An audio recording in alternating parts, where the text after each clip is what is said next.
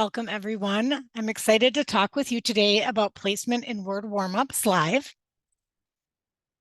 We're going to begin the session with a very brief overview of Word Warm-Ups Live.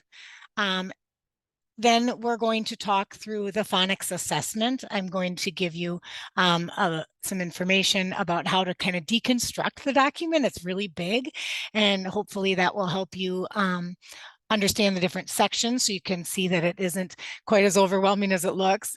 Then we'll dig in even deeper and walk through that phonics assessment. We'll kind of practice how you utilize it. We'll show you then also how to go into the program and get the students put into the right level and section after you go through that phonics assessment. So let's begin by covering a brief overview of Word Warm-Ups Live. We know, of course, that students struggle to become fluent readers for many, many reasons. Some of them struggle right out of the gate with phonemic awareness and phonics skills. And some students are forced to slow down to decode those difficult and unfamiliar words, and they hesitate, which makes it so they're not automatic.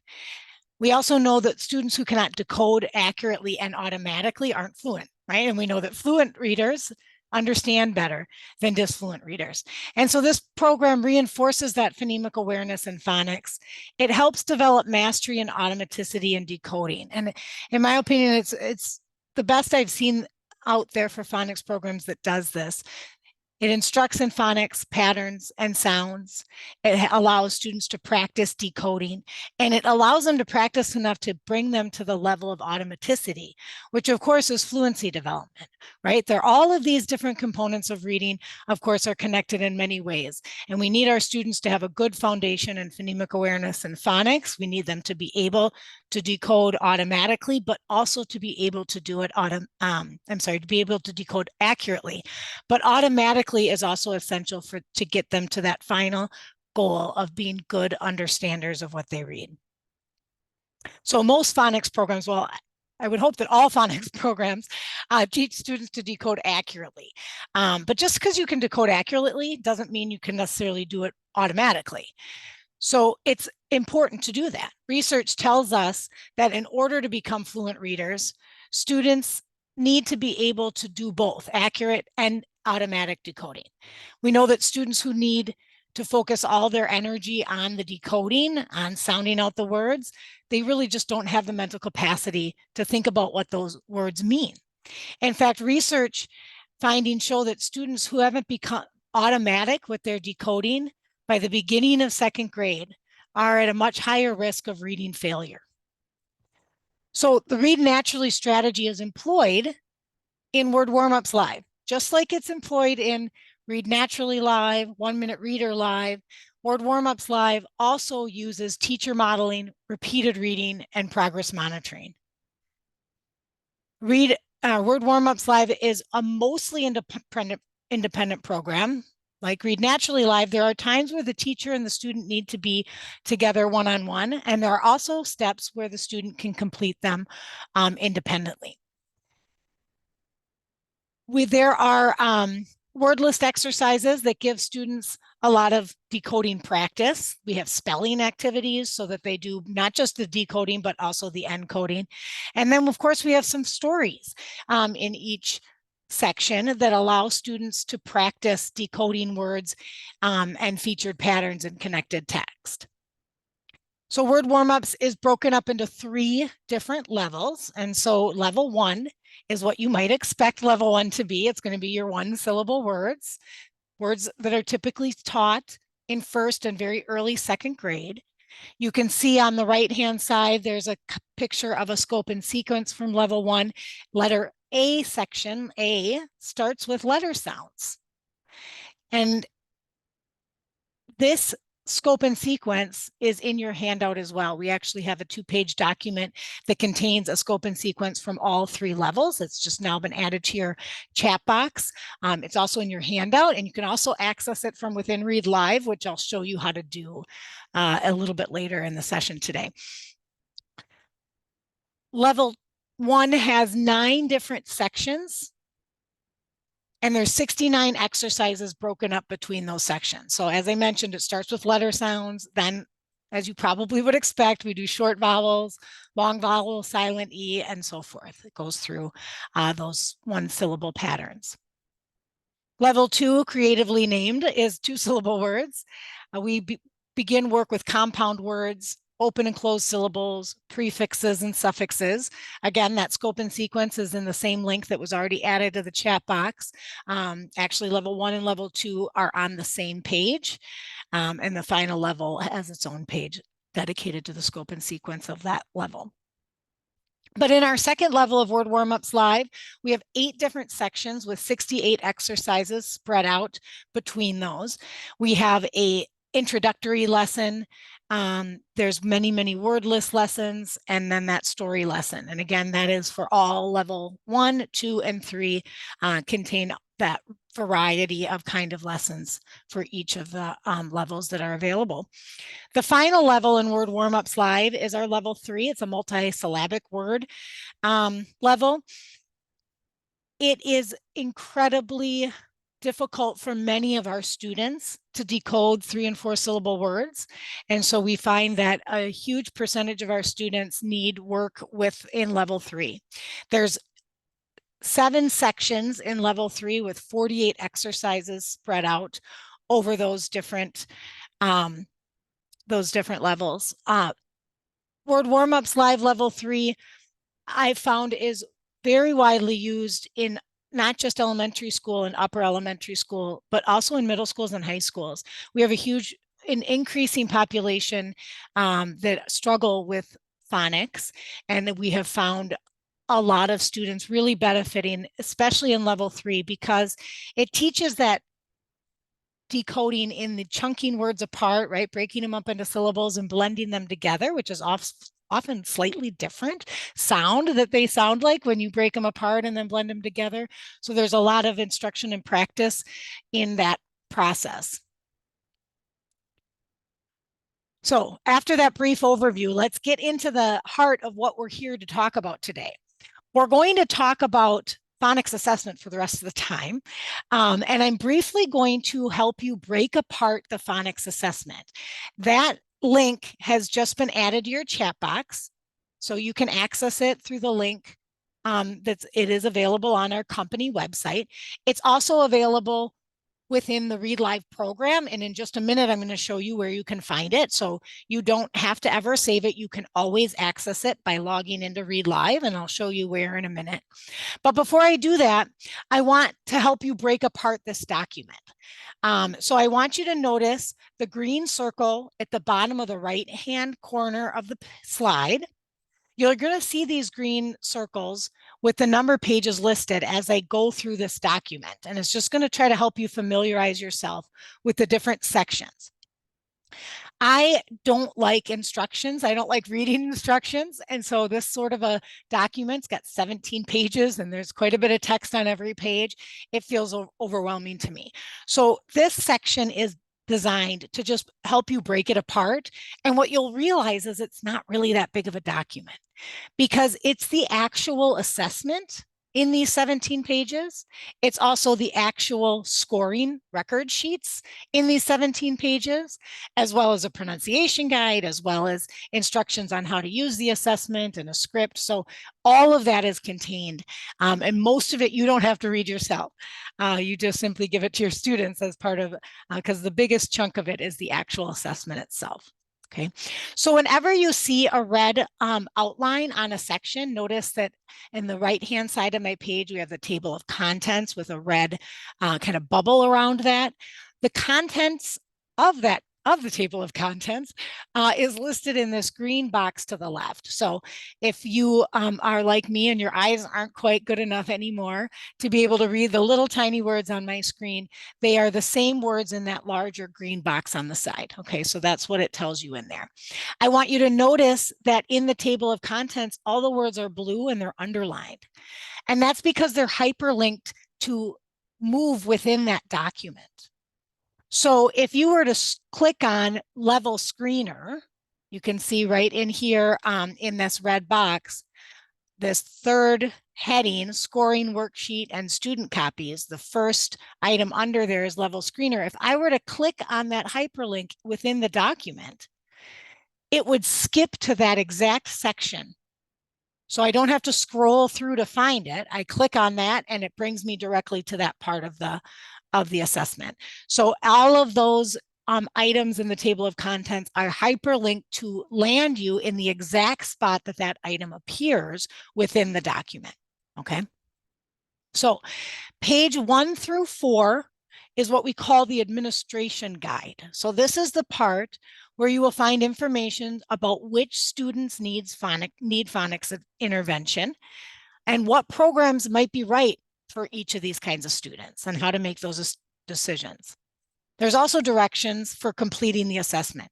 So these first 4 pages are really what you're going to be looking at in depth as far as your instructions are concerned. And many of them are filled up with tables to help you identify which students would be good candidates for this. So let's go through the pages in a little more detail. As I said, the administration guide is level 1, or is pages 1 through 4. Then we get right into the content, right? So level screener. The second section is the level screener. So the pages are not listed on the actual white copies of the level screener because these are Blackline Masters. You are going to run copies of this. This first screen or first slide that you see that's on top is the actual scoring worksheet. You are going to run a copy. For each student you give the level screener, you're going to need a copy of a scoring worksheet so that you can write and record how the student does as you take them through the assessment. The document that's listed behind the scoring sheet is what we would call the student copy. So students are going to read from that. And if you have a student who you have no idea where to start assessing, the level screener is the tool that will give you that information. And we're going to go into that more in depth in a minute. This is just to give you an overrun of the different sections within the document, and then we'll dig in deeper to each of those sections. So pages 7 through 12 is the level 1 assessment, which includes both the level 1 assessment scoring sheet and the level 1 assessment student copy. So 7 through 12 are Blackline Masters. There are not page numbers written at the bottom because they are intended for you to run copies. You're going to run a copy of the scoring sheet for each student who you will give this assessment to. And you are going to run a copy of the student copy. You probably only need one copy of that because the students aren't going to take it with them. They just are going to read off of it. And that one has no page number and it has really very little writing on it. It's a very clean copy with just the words or nonsense words that the students need to show you that they are able to read. The level 2 assessment is contained within page 13 through page 16. And again, as you can see, we have 2 pages in level 2 that are scoring worksheets, and we have 2 pages that are for students to use to actually read off of for the actual assessment. 17 through 20 is our level 3 assessment. Same thing, first 2 are scoring sheets, then the student copy. Most of your students are not going to need to go through all sections, right?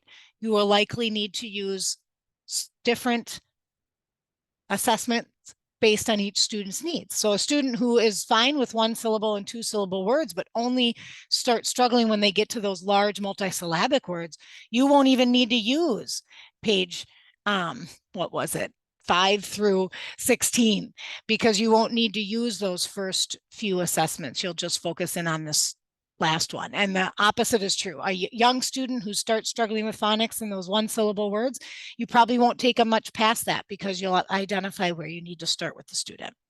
And then finally, at the end, we have what's called a pronunciation guide. And it gives you the sound and then an example of a word that uses that sound. I'm going to show you where to go to download it. But before I do that, I want to direct you to our company website where we actually have audio examples of the phonics sounds. And that is now, a link to that is now in your chat box as well. So this pronunciation guide, that's a paper copy, is nice. But if you also want to hear it with your own ears, we do have this place on our website that provides a nice little audio example, not only of the sound, but it used in a word. So if you're not exactly sure, you want to make sure that you're teaching it the way that it's taught within word warm-ups, this is a nice resource. It is a nice resource for you to check, and it even can be a nice resource for students for some independent practice. So feel free to check that out in all your spare time. Oh, I missed this page, which is my reminder to myself to go into the actual program and download that assessment. So I'm going to go to readlive.readnaturally.com, and I'm going to log in as a teacher to that account. And I'm going to show you where you can find the scope and sequence and the assessment.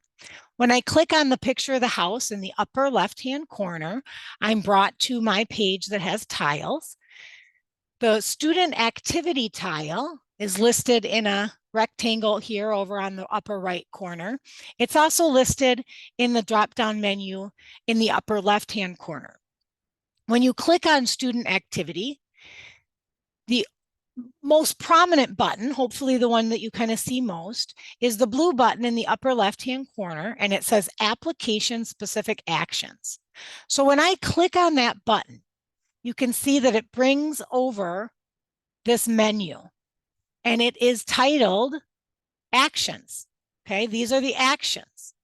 Notice that all 4 of the programs within Read Live are listed under this application specific actions section. When there is a caret, when you see this greater than sign, we also call that a caret. If you click to the right of the, click on that caret, you get an expansion, expand and collapse option. So anytime you see a caret, please know that if you decide to click on it, you will get additional resources, information, depending on which one you're clicking on. The very first item under Word Warm-Ups Live is this print phonics assessment, and it's in blue. It's intended to draw your attention. When you click on it, you are going to be brought to a different tab. So notice up on the upper left side of my screen, my mouse is moving between 2 tabs. On the far left is where I am logged in Read Live. Okay, I'm still exactly where I was. It just also opened a second tab where I can save, print, read, access, whatever I want to do to the Word Warm-Ups Live phonics assessment. Okay. So back into Read Naturally or Read Live website, underneath the Word Warm-Ups heading is where you find the phonics assessment. It's also where you can add this application. So if a student doesn't have access to it yet and you want to give them access, you can add it. You can print exercise. And if you already know a student's phonics needs, you don't need to assess them again. You can open the scope and sequence. The scope and sequence was already put in your chat box. And you can see here the scope and sequence allows you to identify where different phonics skills and patterns are taught and practiced. So if you already know that you have a student who struggles with R control, you can see in level 1, section G is vowels with the consonant R. You don't necessarily need to take them through an assessment. If you already have this information is known to you, you can just assign them to that section. Okay. All right, so that's where you find not only the phonics assessment, but also the scope and sequence. It's also where you can grant access to the program. We're going to go in there one more time near the end of the presentation, but for now I need to head back into that PowerPoint. And we're going to go to page 1 of the assessment. So here's where we're going to dig in deeper to each of those sections that I briefly covered a moment ago. Okay, I want you to notice that on page 1, we can see that the very next section under the table of contents is options in Read Live, phonics options in Read Live. Okay. We have Word Warm-Ups Live for students who struggle with phonics. we also have Read Naturally Live Phonics series. Okay, we just did a placement in Read Naturally Live webinar, so there's a recording of that on our website. And for students whose phonics needs and fluency needs line up real nicely, Read Naturally Live Phonics series is a good option. For students whose phonics needs and fluency needs do not line up, or for students who have phonics needs but don't really have fluency needs, then you work in word warm-ups. The first 4 pages of this assessment is primarily made up of tables to help you determine which category each of your student falls into. Okay, so take a look at the lower section of page 1 of your assessment, and then the entirety of page 2. And they are tables to help you determine which program to use with your students or which programs to use with your students. Okay, so it's going to help you with program selection, placement, and goals. Because as we mentioned, and as you well know, there are different sorts of students. There are students who really only struggle with fluency and then often a comprehension because of that issue. And those students will use Read Naturally Live Sequence Series or the Idiom Series. Okay. Read Live also contains an independent program that's called 1 Minute Reader Live, so they may use that as well. But from an intervention standpoint, the intervention a student would use who has fluency needs is Read Naturally Live Sequenced or idioms. If you have a student who has both fluency and phonics needs, that student might be able to work in Read Naturally Live Phonics series. This is most often the case with young students. So students who read at a 1st or 2nd grade level and have phonics needs that are at a 1st or 2nd grade level, those needs can often be met within Read Naturally Live Phonics series, because the phonics sounds and patterns are taught in the Read Naturally Live levels that are at those lower levels, that are at the 1st and 2nd grade level. Okay, so if you are working with 1st, 2nd, even early 3rd graders, many of those students who have both fluency and phonics needs can work and Read Naturally Live Phonics to have all of those needs met. But students with fluency and phonics needs, often their fluency needs and their phonics needs don't line up well, right? Especially as students get older. So let's say you have a 5th grade student who reads at a 4th grade level, but has early phonics holes. It's not uncommon. One of the reasons they're stuck at the level they're at is because of these foundational issues with their phonics holes. So you have to fill those holes. But you can't do it in the phonics series because those are really low reading levels. And this student can read at a 4th grade level, right? So you're never going to want to hold them back on fluency and comprehension. So that's why we have word warm-ups. So many of your students might use Read Naturally Live to work on fluency and comprehension, and they would use word warm-ups live to work on phonics. Read Naturally runs a lab near our office that has 2nd through 5th grade, I think, this year. Almost all of the 2nd graders will be in Read Naturally Live Phonics series. Many of the 3rd graders will too. But the 4th and 5th graders who have phonics needs, not all of them do, but for the ones who do, they will use Read Naturally Live and Word Warm-Ups Live. Okay. The other students that just have phonics needs might only use Word Warm-Ups Live, and that is possible. A student can use 1, 2, or all 3 of the interventions within Read Live, and the 4th independent program. So they can use any combination. Okay, so these are all the options. And again, I lay it out in this format, but those first couple pages of the administration guide talk you through that process, and they do it quite well. They do it by asking very simple questions that you answer yes or no. And based on your answer, yes or no, you will follow the table down until you get the right answer to which program or programs you would use. Okay. So Now, on page 3 of Word Warm-Ups Assessment, there's additional information that's outlined here. So if you don't know your phonics needs, then you're going to use the Word Warm-Ups Live Phonics Assessment. And this assessment is helpful because it assesses the student's phonics needs. And the sections are in the same order as they are taught in Word Warm-Ups Live and in Read Naturally Live Phonics series. So this guide will actually tell you your options within both programs, okay? So if a student has phonics needs and what those needs are, it's going to tell you which Word Warm-Ups level and section would meet those.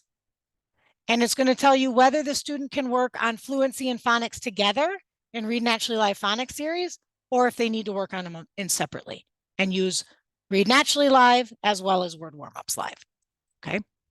Now, page 3 of the document is the assessment preparation, okay? So this section will help you determine which part of the assessment to administrate. You're almost never going to end up administrating all 4 parts of the assessment, okay? So you're going to use the level screener if the student does not clearly meet the criteria that is listed in this table for level 1, 2, or 3, okay? So a kid you have no idea where they're at, you would use the level screener, and that will help you to know where to start. You're going to use level 1 for beginning readers and readers that you know struggle decoding 1-syllable words. You're going to use the level 2 assessment for students who you know are fine decoding 1-syllable words that are phonetically regular, but you know struggle once they get to 2-syllable words. And you'll use level 3 if you know they're okay with 1- and 2-syllable words, but it's those long words where they get stuck. Okay, so that level screener will help you identify where to start if you don't know. And if you do know, you will just go to that section of the assessment. So the next section is on that page is called the Gather Materials. And this just tells you that you need to have the scoring sheet and the student copy. Okay, so the materials are really quite simple. They're already provided for you. You just need to have them handy when you're going through the assessment. At the bottom of page 3, you're going to notice that there's a note, which is just telling you that the directions for how to record a student response, how to calculate the score for each section, and how to determine whether to stop the assessment there or if you should keep assessing. Okay, so this is really the instruction part, which, as you can see, is I think only 2 sentences. One of the sentences is long, but it's really only 2 sentences where you get these directions. So hopefully that will relieve some of your anxiety with the size of the document, where that is really where the instructions for how to utilize it come. So we're now going to walk through the phonics assessment, and then at the end I will show you how to place them manually within the program. But in your handout, you have a nice little 5-step worksheet. It's a 1-pager. I'm a person who loves checklists. So this document provides you with a really quick checklist of what you need to do when you're working through the assessment. These 5 steps are written on the assessment directions on page 4. So here you can see step 1. It tells you to read the examiner script to the student. I love when there is an examiner script, when something is new. You will not use the examiner script after probably your 3rd or 4th kid because you'll have it memorized. But when you're brand new to using a program or an assessment, it's nice to have a script for you until you are more familiar with it. So that is the first thing, is you're just going to read the examiner script to the student. Then you're going to record the responses on your record sheet. You're going to take how the student does, and you're going to calculate the score at the end of each section. The assessment will help you determine whether or not you should keep going to the next section and when you should select the level and place the student into that section and level. Okay. So these 5 steps are listed on page 4 of your assessment directions. Okay. So let's say you have a student named Marcy. This is Marcy here. She's reads below a 3rd grade level, and we know that she has trouble with 1-syllable words. So I don't need the level screener. because I know she struggles with one syllable words. So I know I'm going to have to put her in that assessment, take her through that assessment. Okay. So I'm going to skip that. I'm going to go right to the level 1 assessment, which is on page 7. And I'm going to give her that student copy. Okay. Notice that these words are nonsense words with common phonics elements. So we know that Marcy knows her short vowels already. All right. Let's assume we do. We already know she does her CVC words just fine. We know that she starts struggling somewhere around long vowels. So you can even, if you know that about your student, then you don't have to take them through section B here, these first 2 word lists. You can start her where you know that she begins to possibly struggle. Okay. If you're not sure, you're going to take her through it. As you can see, the student copy is very clean. They have, this is long vowel, silent E. This is what she's going to read from. The student, the scoring sheet is busier because not only does it list the words or nonsense words, but allows for a place for you to record whether or not they had an error, it was slowly decoded, or self-correction. Okay. So we have 2 documents in order to perform this assessment. We have the one that has the student copy, and we have the one that is the record sheet. We need these 2 sheets in order to do this assessment. The examiner script is written right on the scoring sheet. On the sheet that you are going to have in your hand is where that examiner script is. So we'll gather these materials, and we're going to have Marcy read these words. And I want you to go ahead and try to record them on the scoring sheet in your handout. Okay. So step 1, you would have indicated to Marcy which section you want her to read, right? You're going to say, okay, Marcy, I want you to start with the section that's titled Level 1, Section C. Probably even point to it because you'll be sitting right next to her. The worksheet script says that you will say this to Marcy. Look at the words. Most of them are not real words. Read each word to me. Wait to read each word until I say next. So that's important because you're going to want to be recording how she does. So you're going to need just a moment in between. So she'll read the first word. Once you do the recording, you'll say next. She'll read the next word. So you will put a check mark on the line if the word is read correctly. If the student makes a mistake, so I'm going to read these words. So if I make a mistake, you're going to circle error and you're going to write what you think I said. Okay. You're going to circle SD or SC if I slowly decode or if I self-correct. I will pause between each words to give you time, but remember that you would be indicating to your student to move on when you're ready. So if I am not going at the right pace for you, that's okay. When it's with your student, she will be because she'll wait for you. Okay. All right, so here I go. I'm going to read these words. You're going to record on in your handout, and then we'll go and reveal to see if we got the same answers. Here goes Marcy. Case. Lib. Toop. Wayne. Sime. Roof. Roop. Roop. Kale. Jove. Time. Mose. Okay, so let's reveal the correct answer and see if you got them right. So I said case. I was right. I said Lib. I said Toop. I said Wayne. I said Sime. Okay, so she's doing pretty well so far. I said Roop. I said roof first, but I corrected myself. So it's not an error. It's a self-correction. And I wrote what was said. Kale was right. Jove was right. time was an error. I didn't correct myself. I said time and I kept going on to Mo's, which I read correctly. When I correct this Marcy had one error, one self-correction with a total score of 2.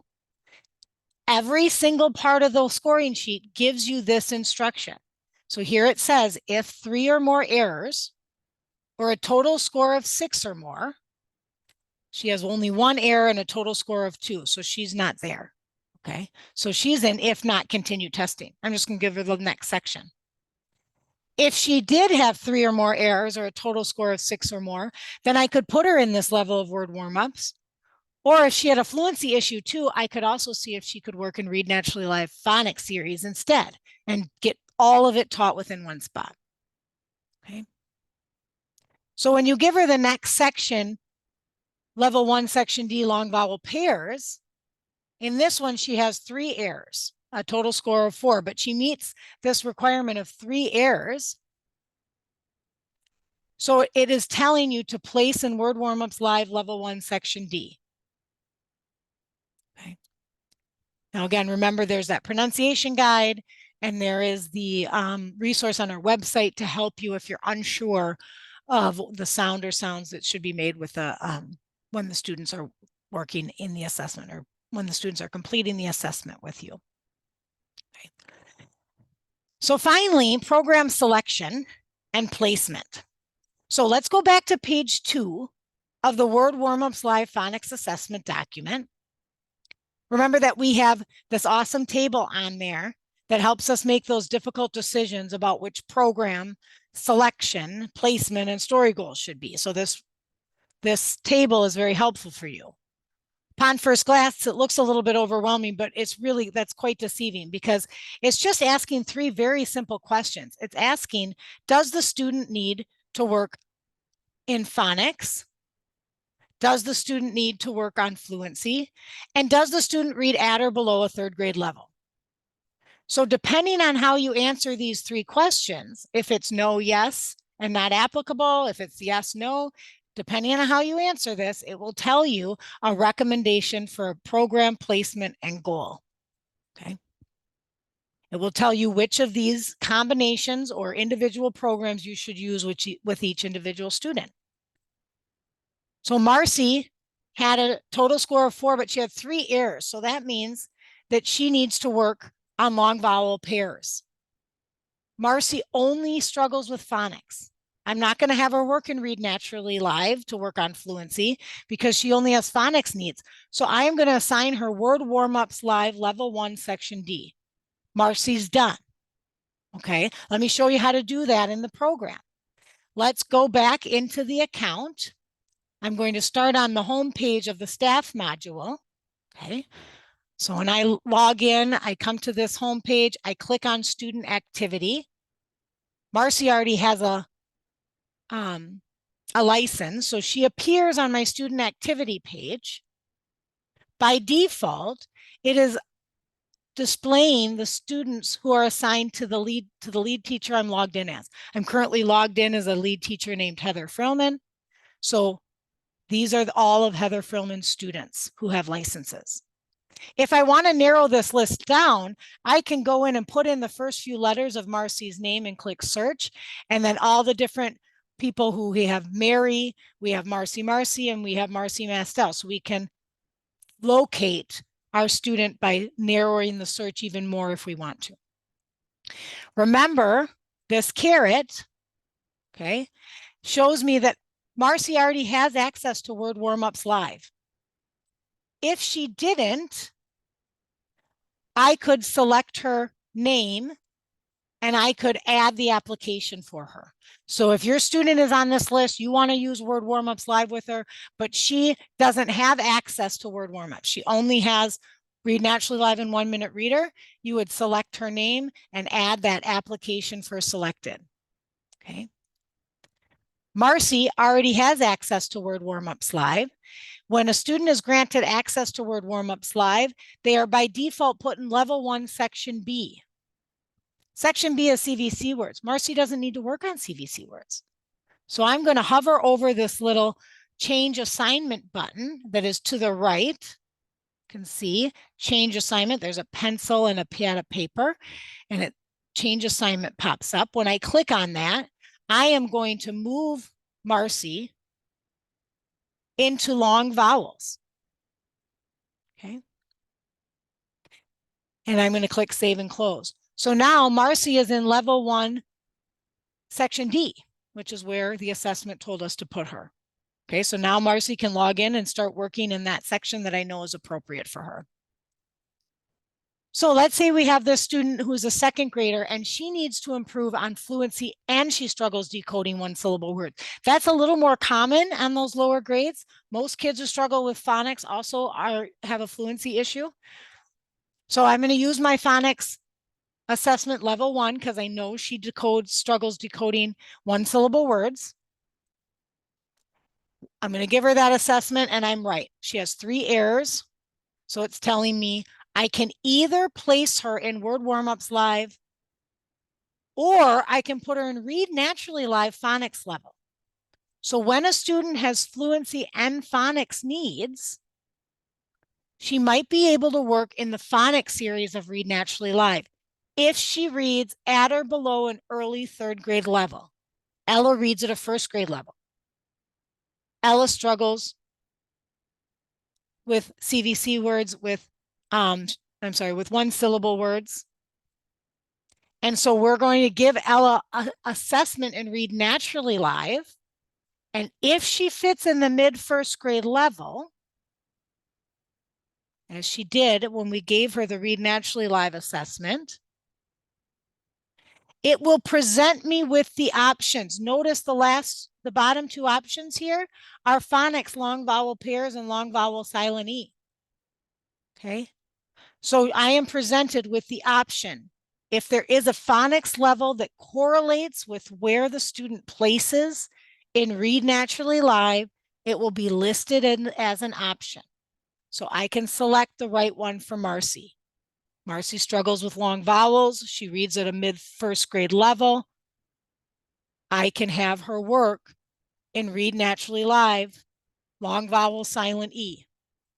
She can work on phonics and fluency together. She doesn't need to work in both programs. This is very common for your 1st, 2nd, and early 3rd graders.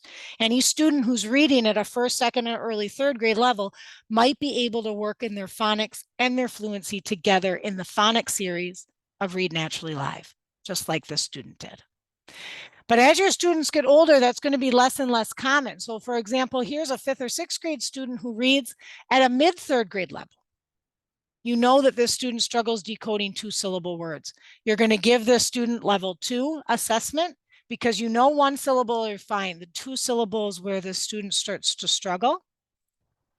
When you give that assessment, you find that yes, this student does struggle with section F, which is closed and open 2 syllables. Evan's reading level is a mid-3rd grade level. So I am going to place him in Read Naturally Live to address that fluency need. Notice that there is not a phonics option listed under the series. It's just sequence and idioms because there's no phonics level written at a mid-3rd grade or above level. So it does not appear. I don't have to memorize this. You don't have to memorize this. It will be there if it's available. We can see the only 2 options in mid-3rd grade or above are sequenced and idioms. But Evan needs to fill this hole that he has with phonics, or he's not going to make the progress that he can make. So we're going to work in Word Warm-Ups Live to deal with that. We're going to work with level 2, section F in Word Warm-Ups Live. He's going to use Read Naturally Live for the sequence series for fluency and comprehension. He's going to use Word Warm-Ups Live to address phonics. Now, when you work in both programs, there's 2 kind of primary ways you can deal with it, depending really on the length of time you have. If you have 35, 40, 45, 50 minutes or more, so if you have really 40 minutes or more, the first 10 minutes can be for Word Warm-Ups Live. You set a timer for 10 minutes. At the end of 10 minutes, the timer goes off and everybody switches into Read Naturally Live. If you only have 30 minutes, then I would recommend having students switch programs after they pass. So have them go through all the steps in Read Naturally Live story, pass the story. And instead of picking a new story and Read Naturally Live, after they pass a story, they'll go into Word Warm-Ups Live and work in a section in Word Warm-Ups Live, pass that exercise, and then switch back. So they'll just go back and forth after the pass step. Now, I know that was a lot of information.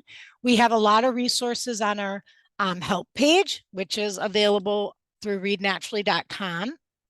We also have a lot of resources that are just for Word Warm-Ups Live, including Word Warm-Ups Live online courses. We have the Word Warm-Ups Live Basics webinar, and we have a student's guide to Word Warm-Ups Live, videos teaching your students how to do the program properly. We also are here to help you. It's why we are in the office every day. So please call and email us if you have questions that come up. That is what we're here for. Sometimes you don't know what questions you have until you get into the job at hand. So please call and email us when those questions come up. We really appreciate your time and attention today and everything that you do for your students. Have a great afternoon.